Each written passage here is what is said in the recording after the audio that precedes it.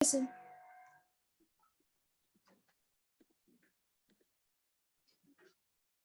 All right, so today we are going to start chapter number 5. That is about business objectives and stakeholder objectives. अच्छा, before we move on, I need to tell you about these two terms क्योंकि ये आगे chapter में इसको हमने discuss करना है.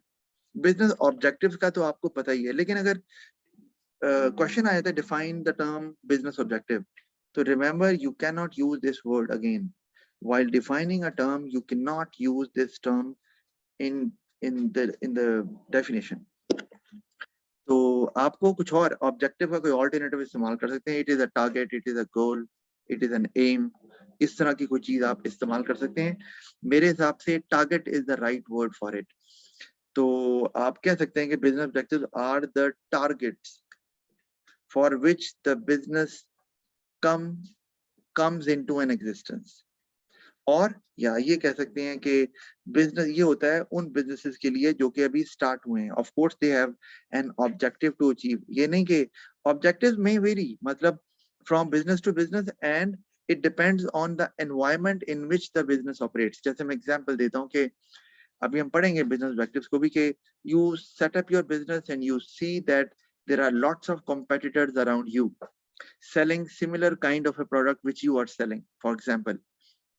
तो आपका ऑब्जेक्टिव बहुत आप हाई ऑब्जेक्टिव नहीं रख सकते कि मैं प्रॉफिट मैक्सिमाइजेशन की तरफ जाऊंगी या मैं एक्सपेंशन या ग्रोथ की तरफ बिजनेस को लेकर जाऊंगी. That would come afterwards.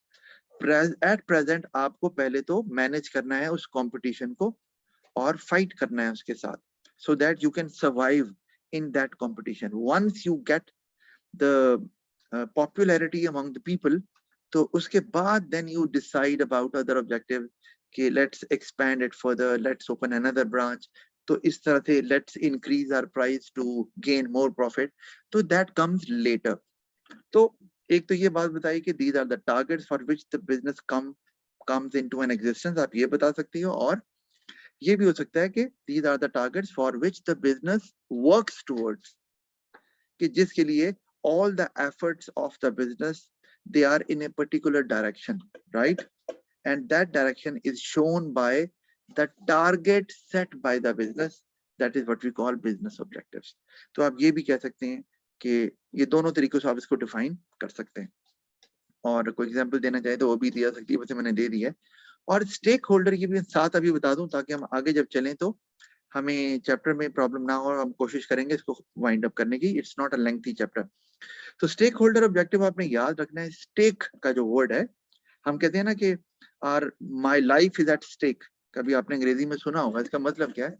इसका मतलब है कि my life is at risk. तो स्टेक से मतलब ये my all stakes are in it. ये भी हम बोलते हैं कि मैंने सब कुछ दाव पे लगा दिया. तो ये दाव पे लगाना, तो ये स्टेक्स इसी से निकला. तो स्टेक होल्डर्स का मतलब है all those people who have some kind of interest in the business. They have something at stake. Simple as that. यानी कि उनको कोई ना कोई खतरा है उसके अंदर नजर आ रहा है. तो all those people who are holding that stake, अब वो किस किस्म का स्टेक हो सकता है? हम स्टेक को यहाँ पर रिप्लेस कर सकते हैं with the word interest.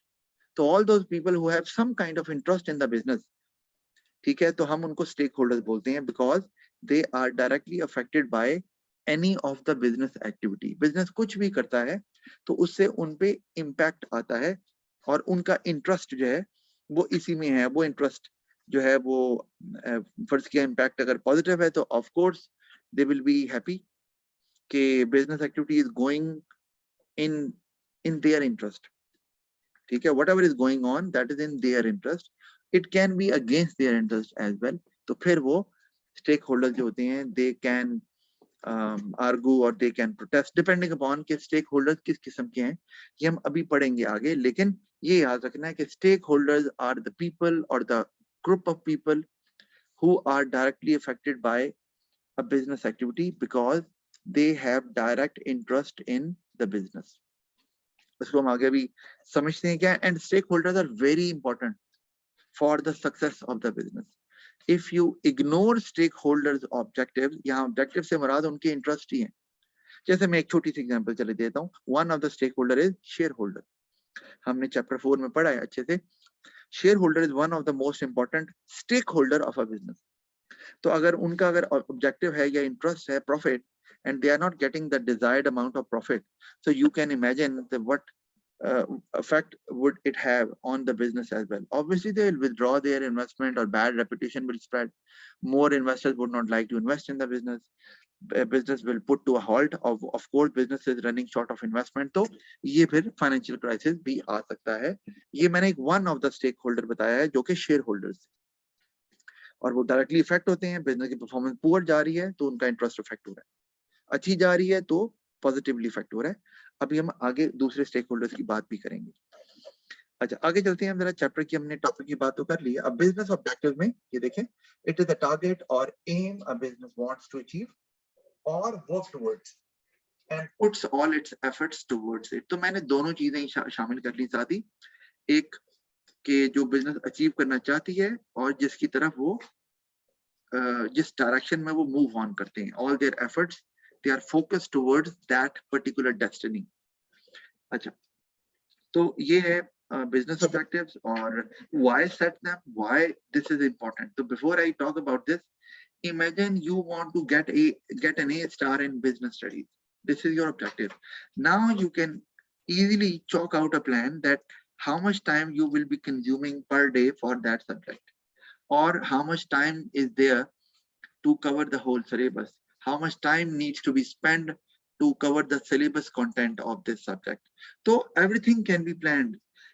Effective strategies can be formulated. आसानी से कि हमने कितने घंटे पढ़ना है, कब पढ़ना है, रिवीजन कब करनी है, पास पेपर कब करने है, वगैरह वगैरह. Because now you have a target, you have an objective right in front of you.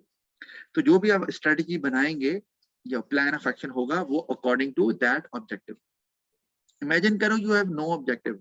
मतलब कि मैं आपको पढ़ा रहा हूँ, मैं कहता हूँ बेटा कौन सा क्या ग्रेड लेना है, आप कहती हो सर कुछ भी आ जाए. Now there is a problem. Problem ये है, now there will be no strategy, because whatever strategy you would make, it won't be successful or effective, क्योंकि आपके सामने तो कोई यार्ड स्टिक है ही नहीं जिसके थ्रू आप मेजर करें. तो ऑब्जेक्टिव जब होता है आपके सामने, जैसे कि हमने 3 महीनों में या 4 महीनों में along with pass papers syllabus खत्म करना है ताकि हम ए स्टार और बियॉन्ड जा सके. नाउ दिस इज, और ये मेरा भी टारगेट है, आपका भी है, तो मुझे उसके हिसाब से ही प्लान करना है सारा. I can increase the pace as well, or I can lower it down as well, depending upon how much time I would have. तो मेरी जो भी strategies होंगी, that would be according to that objective, and that will be effective strategy. That will be successful. So that is why this is very important. This applies to businesses as well. आपको पता ही है, business की objective नहीं है तो workers ने कितना काम करना है, कितने घंटे काम करना है, how many workers are required, how much output to be produced, in how much time, वगैरह वगैरह, ये सब आपके objectives decide करते हैं. तो that is why before doing anything you need to set an objective. But remember, objective तो set करना है, but वो objective करना है which is achievable. ये तो नहीं हो सकता कि you have just started your business and you set an objective that we want to become the #1 company in the world within next year. Now this is very difficult or unachievable. तो ये realistic नहीं लग रहा कहीं से भी. तो इस तरह का objective of course नहीं होगा. Then everything will be in the right direction. Otherwise there will be a problem. So while setting a target, you need to understand, you need to see the potential of the business, the resources business has the amount of worker, the skill level they have, वगैरह वगैरह, वो सब देखना पड़ता है. उसके बाद फिर ऑब्जेक्टिव को सेट किया जाता है. और उसके ऑफ कोर्स फायदे हैं, जैसे कि it gives a direction to employees that what is expected of them. अच्छा, अभी ये पॉइंट लिखा हुआ है, this will give you marks for knowledge. इसको हम डेवलप करना चाहें तो क्या करेंगे? How to get another mark for analysis. Direction मिल गई. Now they know what to do. तो फायदा क्या होगा बिजनेस को? Any idea? No? Hello? Sakina, are you there? So sir, yes sir, yes sir, they will not waste their time in other activities and put all their effort in the target that has been set. As a result, they'll focus on it. There will be less mistakes and low Yeah, okay. average cost. All right. Yes, very good. Now it means they will not waste their efforts and resources in other activities, as you just said. So what will happen? It will obviously reduce the wastage, the cost as well, because everything will be according to the set objective. So it will bring efficiency in the organization, and efficiency means reduction in cost and consuming less time to achieve whatever you want to achieve. Because now you know, when you are pretty much focused, right? You have an objective right in front of you. So of course you won't waste your time as well. So it's about saving the cost and the time as well. And in total, if I replace this with one word or one term, that is what we call efficiency or productivity. तो वो बढ़ जाती है. तो ये एक बहुत important aspect है. कॉस्ट कम होगी तो ऑफ कोर्स आप जो है वो आपका प्रॉफिट भी ज्यादा होगा और आपको ज्यादा फाइनेंशियल रिसोर्सेज की जरूरत भी नहीं पड़ेगी. तो दैट्स राइट. और अच्छा, इसी तरह आगे चलते हैं. ये बिजनेस का फायदा हो गया. फिर परफॉर्मेंस ऑफ द बिजनेस. अच्छा, और वो कॉस्ट को हम प्रॉफिट के साथ भी रिलेट कर सकते हैं. ये तो आपको पता ही है डेवलप करते हुए.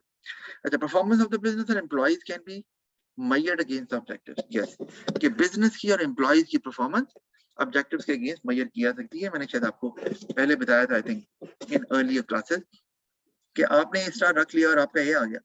अब आपके रिलेटिव्स कह रहे हैं कि you got A grade, that is a good grade, good performance, but you are not happy. Why you are not happy? Because when you evaluate your performance against the set objective and that was A star or beyond, you will feel that you underperform. और ये तभी पता चलता है. बाकी लोग खुश हो रहे हैं जी, अच्छा ए ग्रेड तो अच्छा है, क्योंकि उनके सामने कोई यार्ड स्टिक नहीं है, आपके सामने मौजूद है, दैट इज योर ऑब्जेक्टिव. तो इससे पता चलता है कि आपने अंडर परफॉर्म किया या आप you were right on track. आपने परफॉर्मेंस वही अचीव किया, दैट वाज एक्सपेक्टेड. तो बिजनेस के अंदर भी इसी तरह से है कि एम्प्लॉइज की परफॉर्मेंस भी आपने देखनी होती है. कि होता क्या है कि जब ऑब्जेक्टिव सेट किया जाता है तो ऑब्जेक्टिव्स की बेस पे एम्प्लॉइज को भी टारगेट्स दिए जाते हैं. Do remember that. तो उसी ऑब्जेक्टिव की बेस पे तो employees they have their own individual targets in front of them, so they focus on that. तो उससे आपको जब एम्प्लॉय को टारगेट्स दे दिए, हर ऑर्गेनाइजेशन में ऐसे ही होता है. Employees they have their own targets, और वो टारगेट्स जब वो अचीव करते हैं तो उससे अचीव क्या होता है? उससे they help achieve business objective, क्योंकि बिजनेस ऑब्जेक्टिव को ही ब्रेक डाउन करके इंडिविजुअल टारगेट्स दिए जाते हैं to all employees in the organisation. तो जब आप एम्प्लॉइज फिर जब टारगेट्स देते हैं तो उनकी परफॉर्मेंस को उसके हिसाब से मेजर करते हैं कि जी उनको जो टारगेट दिए गए, whether they were able to achieve that target within the time frame given or not. Same is the case with business. जैसे कि आप कहते हैं we want to increase our profit by 10% within next 2 years. This is your business objective, right? और आप after 1 year आपको लगता है कि आपने 5% भी टारगेट अचीव नहीं किया. Half the time is over, right? And you have not achieved even half of the objective. तो इसका मतलब है you are not right on track. आपको चेंज करने की जरूरत है. कुछ स्ट्रेटजीज या जहां पर भी आप गलती कर रहे हैं, you need to find out that. तो ये इससे हम परफॉर्मेंस को जज कर सकते हैं और फिर हम इसको रेक्टिफाई कर सकते हैं कि जहां पर भी फ्लॉ आ रहा है या लूप होल है, व्हाटएवर इट इज.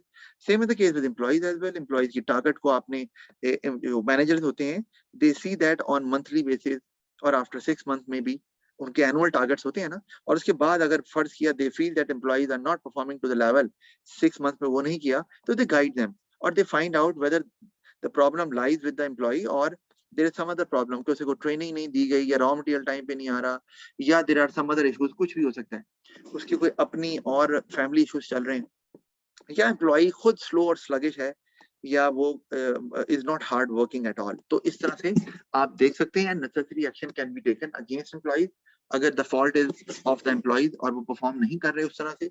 और या फिर अगर किसी और वजह से है, जैसे कि लेटेस्ट मशीनरी आपने इंट्रोड्यूस करवाई और employees do not know how to operated, तो आपने रिक्वायर्ड ट्रेनिंग नहीं दी है, जिसकी वजह से employee is taking more time to get familiar with that equipment और न्यू मशीनरी.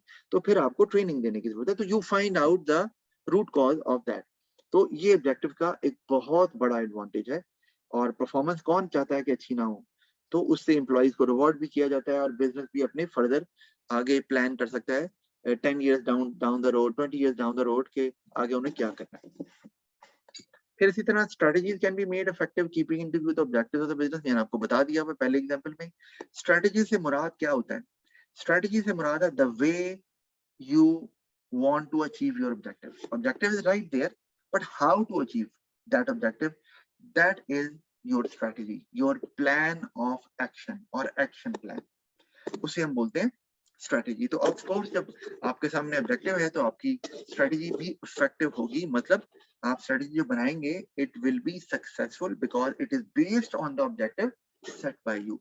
तो वो जैसे कि आपने कहा कि मैं एग्जांपल आपको छोटी सी देता हूँ, मैंने 3 महीने में सिलेबस खत्म करना है। ओके, अच्छा 3 महीने में करना है तो चैप्टर कितने हैं? चैप्टर 15 हैं। 15 चैप्टर है तो मैं 5 चैप्टर 1 महीने में करूंगी तो मेरे 15 चैप्टर कवर हो जाएंगे। Now see, now this is your strategy, covering 5 chapters in each month and that is going to be effective अगर आप 5 चैप्टर करते हैं, क्योंकि वो ऑब्जेक्टिव रख दिया और वो ऑब्जेक्टिव के हिसाब से आपने स्ट्रेटजी प्लान की है। नाउ वो इफेक्टिव होनी ही होनी है। इफेक्टिव का मतलब है सक्सेसफुल स्ट्रेटजी जो कि आपके टारगेट को अचीव कर सके। तो ये 3 पॉइंट्स हो गए, वेरी इंपॉर्टेंट, और पेपर में आ भी जाते हैं। Any question regarding that? No sir. No, right. अच्छा, बिजनेस ऑब्जेक्टिव की तरफ चलते हैं अब। इसको ये ऑलरेडी मुश्किल नहीं, आसान ही है। अब एम और टारगेट टू वर्क टुवर्ड, ये हमने बात की है। Make a profit, to increase added value. Of course added value अलग सब्जेक्टिव भी हो सकता है और एडेड वैल्यू सपोर्ट भी कर सकता है प्रॉफिट को, because we did study that in our previous lesson कि जब एडेड वैल्यू, जब आप वैल्यू ऐड करते हैं तो you are able to cover your other expenses as well, और जब वो एक्सपेंसेस आसानी से कवर होते हैं then you make more profit. तो added value is a way to earn more profit. तो इस तरह से हो सकता है। और to expand the business, of course growth है। टू अचीव बिजनेस सर्वाइवल, ये भी आ जाता है। मैंने आपको बताया था कि you feel that there is lot of competition around you, तो फिर आप सर्वाइवल मोड में चले जाएंगे। आप प्रॉफिट कमाने के चक्कर में उस वक्त एटलीस्ट नहीं पड़ेंगे and you won't like to expand your business further. To provide a service as well, इस पे भी अभी हम बात करते हैं कि ये सर्विस प्रोवाइड करना क्या होता है, इस पे भी चलते हैं हम। Return to shareholder, that is very important. And how it is different from making a profit.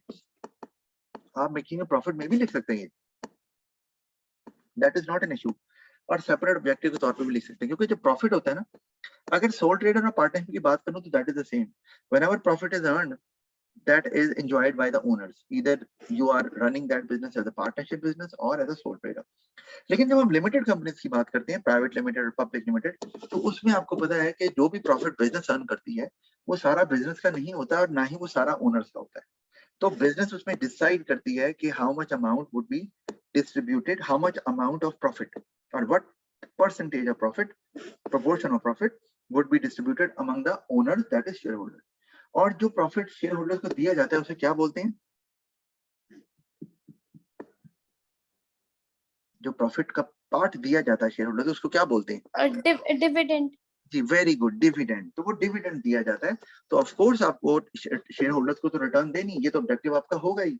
आप प्रॉफिट अर्न कर रहे हैं और आप प्रॉफिट को यूज भी कर रहे हैं for further expansion for example, और आपका अच्छी रेपुटेशन भी बिल्डअप हो रही है, लेकिन अगर शेयर होल्डर्स को उनका रिटर्न नहीं मिल रहा है तो of course business is likely to collapse. आपको पता है कि how important shareholders are for the business.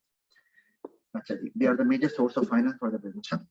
फिर मार्केट शेयर, ये भी हमने पहले बात इस पे की हुई है, इस पे भी थोड़ी सी कर लेंगे। और सर्विस टू द कम्युनिटी, ये वैसे प्रोवाइडिंग सर्विस में ही आ जाता है। अच्छा, प्रॉफिट, ये आपको पता है, मेरे ख्याल इसमें बताने की जरूरत नहीं है। और प्रॉफिट जो है वो 3 तरीकों से आपके काम आ सकता है। एक, profit it can be used as a source of finance, like for example if you want to expand your business, you want to set up another outlet, another branch, another factory of your business, so you can use that profit। Second, profit shows that your business is going well, right, showing good performance। that profit तो ये indicate करता है, profit indicates that।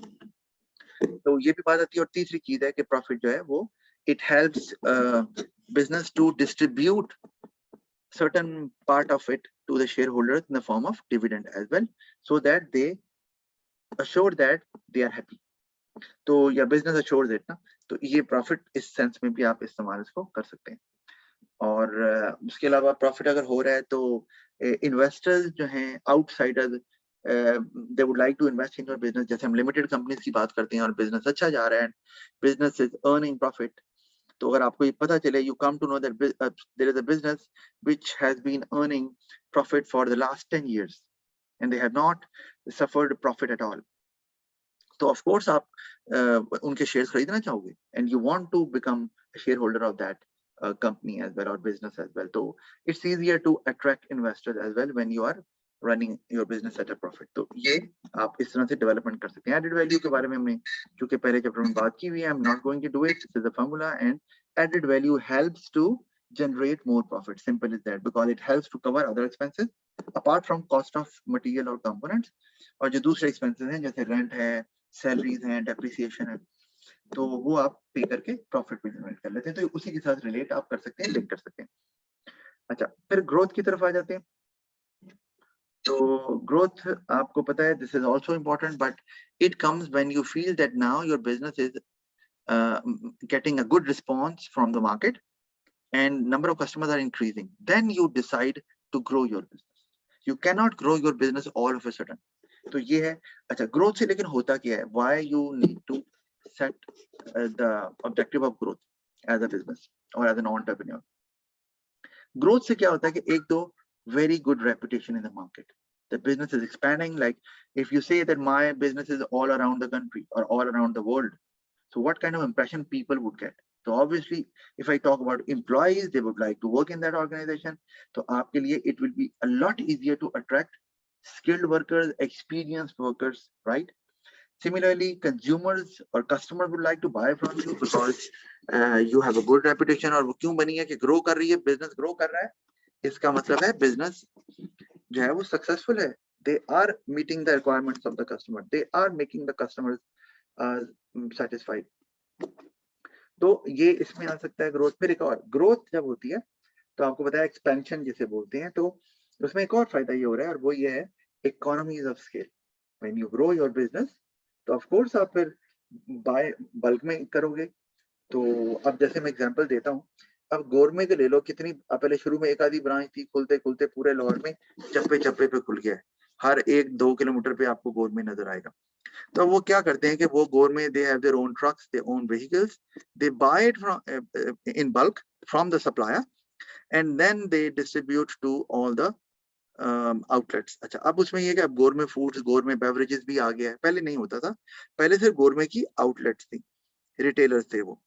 तो वो एक दफा bulk में bye करते थे और तमाम आउटलेट्स में डिस्ट्रीब्यूट करते थे यूजिंग देयर ओन व्हीकल्स. तो उनको सस्ता पड़ता होगा ना, ऑफ कोर्स, क्योंकि वो डिस्काउंट ले लेते होंगे जो हमने बात की है. वैसे इकोनॉमीज ऑफ स्केल में और भी टाइप्स आती हैं, लेकिन मैं उनकी बात नहीं कर रहा बिकॉज वो आएगा in the latter part of the syllabus. तो तब हम वहां बात करेंगे. अभी जो बल्क बाइंग एडवांटेज है, आप इसी को इकोनॉमीज ऑफ स्केल के तौर पर इस्तेमाल करो. एंड उसको हम एक और भी नाम देते हैं परचेजिंग इकोनॉमी. तो ये फायदा, वो कॉस्ट कम होगी ऑफ कोर्स बिजनेस की. तो ये आप इसके बारे में बता सकते हैं. अच्छा, तो ये बात हो गई. तो फिर गोरमे ने, अब तो फैक्ट्री और बेवरेजेस आ गए, तो अभी भी वो रॉ मटेरियल तो उनको चाहिए होगा ना, जो भी वो बनाते हैं. तो उसके लिए और सारी आउटलेट्स में उनको सेम आइटम्स रखनी होती है. आपको पता है, doesn't matter whatever Gourmet outlet you visit, you find the same number of items place there, और आप खरीद सकते हैं, रेट भी सेम होता है. तो इकोनॉमी ऑफ स्केल उनको हो जाता है because of their growth. Survival, मैंने आपको बता दिया कि सर्वाइवल जो है वो कब बिजनेस ये ऑब्जेक्टिव रखता है, बताओ.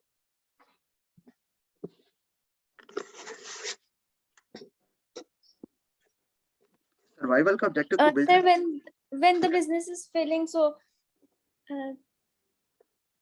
when the business is failing, okay, all right, that's right. और when the failing क्यों हो रहा है, वो किसी वजह से भी, जैसे कि let's say कि there is intense competition in the market, possible है.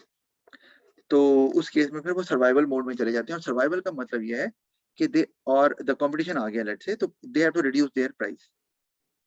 प्राइस कम करेंगे तो ऑफ कोर्स प्रॉफिट तो कम होगा, लेकिन अभी उनको क्या करना है, they need to retain their customers. क्योंकि अगर वो प्राइस बढ़ाएंगे और कंपटीशन ज्यादा है तो customers might switch to other competitors as well.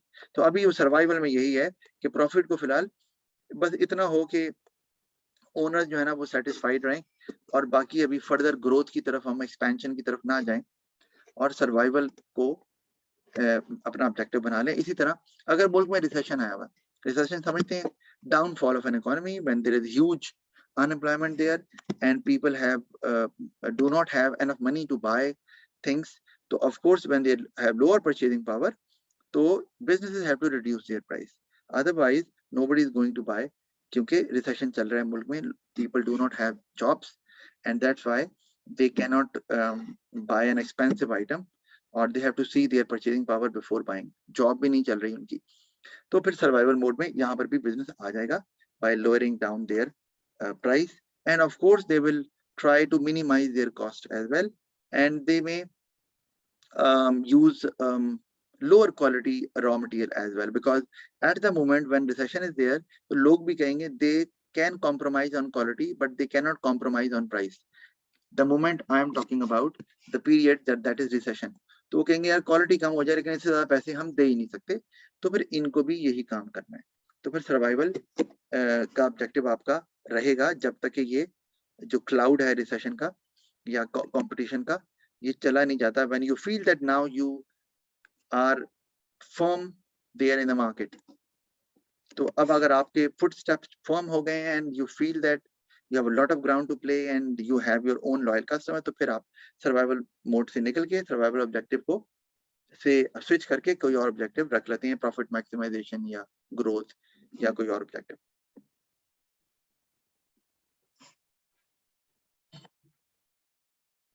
अच्छा, प्रोवाइडिंग अ सर्विस, अब इसमें आपने याद रखना है नॉर्मली ये नेसेसिटीज होती हैं जो प्रोवाइड की जाती हैं, लेकिन प्रोवाइडिंग अ सर्विस का मतलब जो है थोड़ा डिफरेंट है. ये मैं यहाँ पर अब प्रोवाइडिंग, तो मैं कह सकता हूँ कि एक बैंक है या एक एजुकेशनल इंस्टीट्यूशन है तो उनका ये ऑब्जेक्टिव होगा providing service. Is it right? Yes, sir. Actually it's not. Reason is we are studying business objectives. We are not studying a business which is in the business of providing service. मतलब अगर आपका किसी का कोई business है और जिसमें वो सर्विस प्रोवाइड करता है, जैसे बैंकिंग है या ट्रांसपोर्टेशन है या कम्युनिकेशन है, इंटरनेट हो गया, मीडिया है, तो उसमें they are in the business of providing service, but their objective is not providing a service. Because once a business is having an objective of providing a service, उसका मतलब होता है कि वो कह रहे हैं प्रॉफिट को साइड पे कर दो, हमें सर्विस देनी है, doesn't matter whether we get sufficient amount of money in return और नॉट. तो इसलिए आप देखो इलेक्ट्रिसिटी, वाटर ये गवर्नमेंट प्रोवाइड करती है ना, तो उनका काम है सर्विस देना regardless of whether they are getting profit or not. ये याद रखना है कि प्रोवाइडिंग अ सर्विस इसका मतलब है प्राइवेट सेक्टर बिजनेस ये ऑब्जेक्टिव नहीं रखते, ये रखते हैं पब्लिक सेक्टर बिजनेस या सोशल एंटरप्राइज. सोशल एंटरप्राइज के बारे में मैंने आपको बताया हुआ, वैसे उनका भी ये ऑब्जेक्टिव हो सकता है, और वो क्या होती है बोला पता है? Yes, sir. क्या होती है? So their primary objective is social welfare, and then their secondary objective is profit. Yeah, that's right. तो वो they might be operating in a private sector, लेकिन उनका objective पहला है public welfare, तो वो सर्विस प्रोवाइड करेंगे, doesn't matter whether people are able to pay or not. और फिर उसके बाद प्रॉफिट होता है तो ठीक है. और पब्लिक सेक्टर बिजनेस जो होते हैं वो भी यही ऑब्जेक्टिव रखते हैं. Other than that no business would like to have it. अच्छा, रिटर्न टू शेयर होल्डर्स, ये हम पहले ही बात कर चुके हैं, तो मेरे ख्याल है इसमें डेवलप करने की जरूरत नहीं है कि शेयर ये ऑब्जेक्टिव क्यों जरूरी है. शेयर होल्डर्स को अगर रिटर्न नहीं मिलेंगी तो क्या हो सकता है, और अगर मिलेगा ड्यू रिटर्न शेयर होल्डर्स को तो बिजनेस को क्या फायदा होगा. Share holders they will would like to continue with the same business, or good word of mouth will be spread, और आपको इन्वेस्टर्स भी अट्रैक्ट करने में प्रॉब्लम नहीं होने वाली, तो फाइनेंस का इशू हल हो जाएगा. मार्केट शेयर इस पे भी हम बात कर चुके हैं पहले भी कि the percentage of the total market sales held by one particular business और ब्रांड. जैसे मैं कहता हूँ कि मैंने आपको पहले भी बताया हुआ है कि मैं कहता हूँ जी नेस्ले जो है वो Nestle is the largest food company in the world, ये आपको बता रहा हूँ, स्टैट है.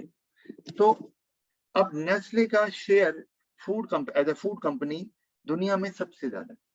अगर मैं कहता हूँ कि वॉलमार्ट स्टोर्स जो कि बेस्ड हैं यूएसए में, तो वो सबसे बड़ी चेन है रिटेल स्टोर जो है उसमें, तो ये भी उनका मार्केट शेयर सबसे ज्यादा है. मैं कहता हूँ कि कोका कोला जो है वो सबसे ज्यादा बिकती है वर्ल्ड ओवर, तो इसका मतलब है मार्केट शेयर कोका कोला का सबसे ज्यादा है.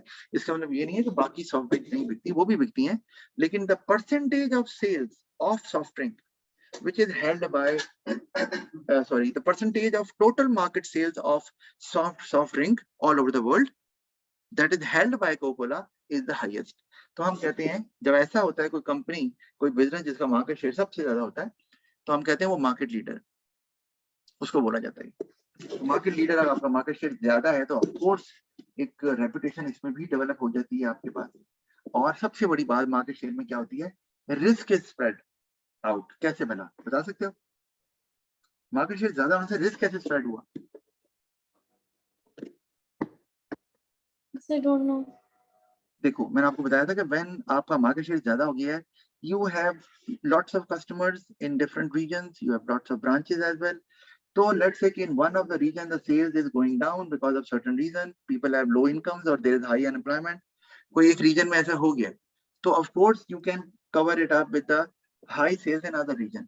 तो risk आपका काम इतना हो गया कि अगर आपको let's say loss भी हो रहा है in one of the region, so still you can cover it up with the high profits in the other region as well. तो आप loss जो है ना वो bear आसानी से कर सकते हैं क्योंकि even if you are suffering loss in one of the region तो आपको सपोर्ट के लिए दूसरे एरिया में कस्टमर्स भी मौजूद हैं और आपकी आउटलेट्स या बिजनेस भी मौजूद हैं which are running at a profit, तो वो वहां से सपोर्ट आपको मिल सकती है।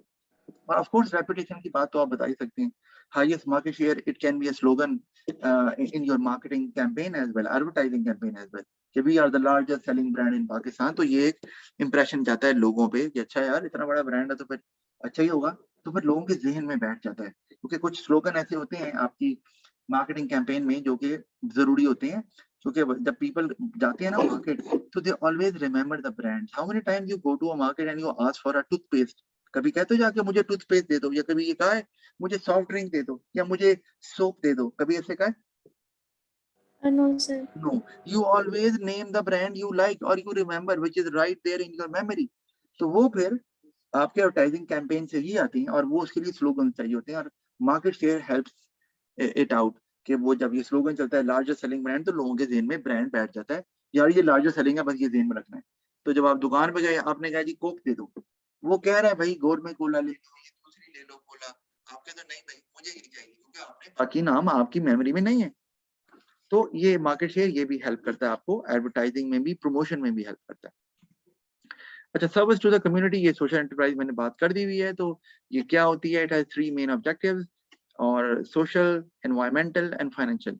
तो पहला सोशल में to provide benefit to less privileged people such as employment, low cost loan. तो जो लेस प्रिविलेज्ड पीपल होते हैं, poor people, they help them out और उसके लिए उनको एम्प्लॉयमेंट भी देते हैं और उनको कर्जे भी देते हैं। जैसे मैंने आपको बताया in Pakistan there is social enterprise working that is what we call Kashf Foundation, और वो जो पुअर वुमेन होती हैं उनको लो कॉस्ट पे लोन देते हैं ताकि वो they can set up their small business to earn their livelihood. तो ये इस तरह से काम करती है। और फिर एनवायरमेंटल, तो ये भी वो दे do consider that whatever they do it should not protect their environment, should not harm their environment, so the environment must remain in its original form। तो ये और बिजनेस शायद ये काम नहीं करते, पोल्यूशन हो रही है तो होने दो, land pollution, air pollution, water pollution, but they do consider that even if their cost goes up. तो वो कहते हैं no, we can compromise on higher cost but we can not compromise on damaged environment और unclean environment. तो ये बाकी business शायद नहीं करते हैं, that is why it is different from them.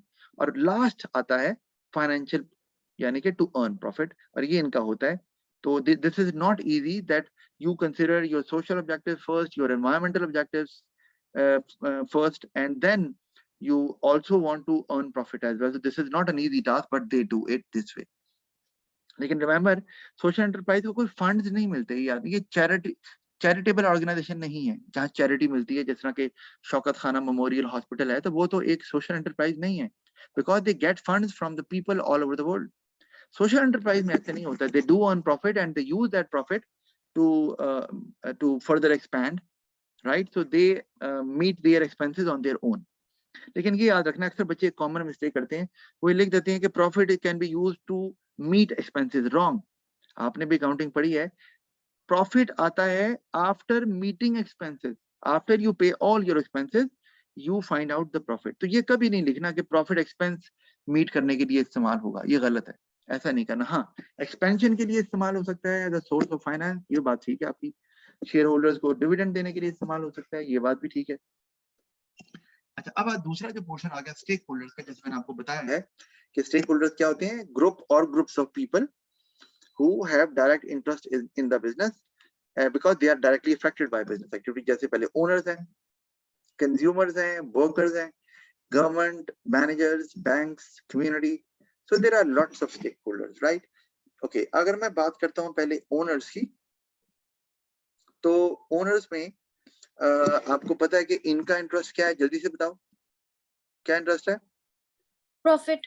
Yes, profit and the reputation of the organization, because they are the owners. If reputation is affected, after all, they will be affected. What do you think?